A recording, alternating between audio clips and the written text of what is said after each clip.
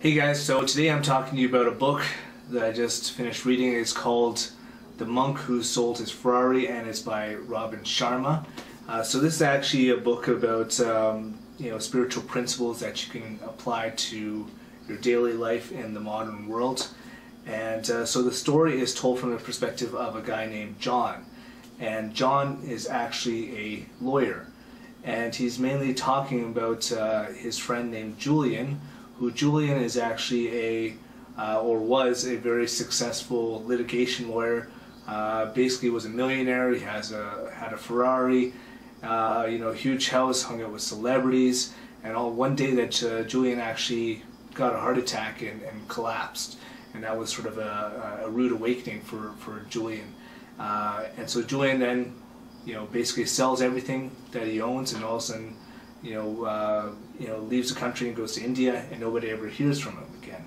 So the story sort of begins when Julian one day returns, and he meets up with John, his good time friend who hasn't seen him for about 3 years, and they start having a dialogue as to what his experiences were in India and some of the practices and lessons that he learned there. And he comes back a more spiritual person, as opposed to a person who was really focused on materialism before his heart attack. So the book, for the most part, has a lot of influences with Eastern philosophy. Not all of it's all Eastern philosophy. There's some areas that I recognize that were actually sounded like they came from neural linguistic programming. I enjoyed the book. It wasn't anything revolutionary.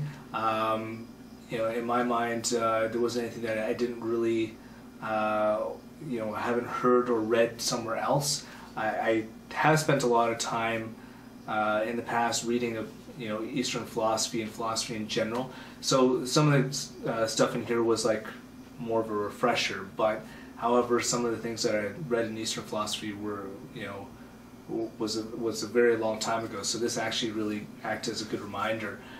For those of you who are not really too much into philosophical material and reading things, the good thing about this book is it's easy to read, it's pretty simple, and it's very practical. So you get a lot of good content that's very straightforward and practical. One of the things that I didn't like about it was there's not really much of a story. I mean, the whole book is really a dialogue between Julian and John and his experience in India, but there was no climax to the story. There was no ups and downs or anything like that.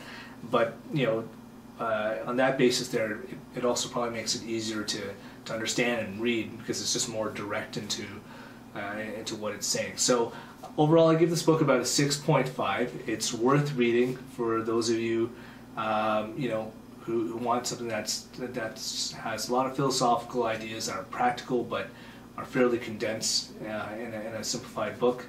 This is a good book for you. For people who are really deeply into intellectual material, this might not be the book for you, but still, I mean, you can't go wrong for reading this. I mean, even if you take one or two things out of this book, or I think there's at least something that someone will find useful from reading this book. So check it out. It's The Monk Who Sold His Ferrari by Robin Sharma. Ah!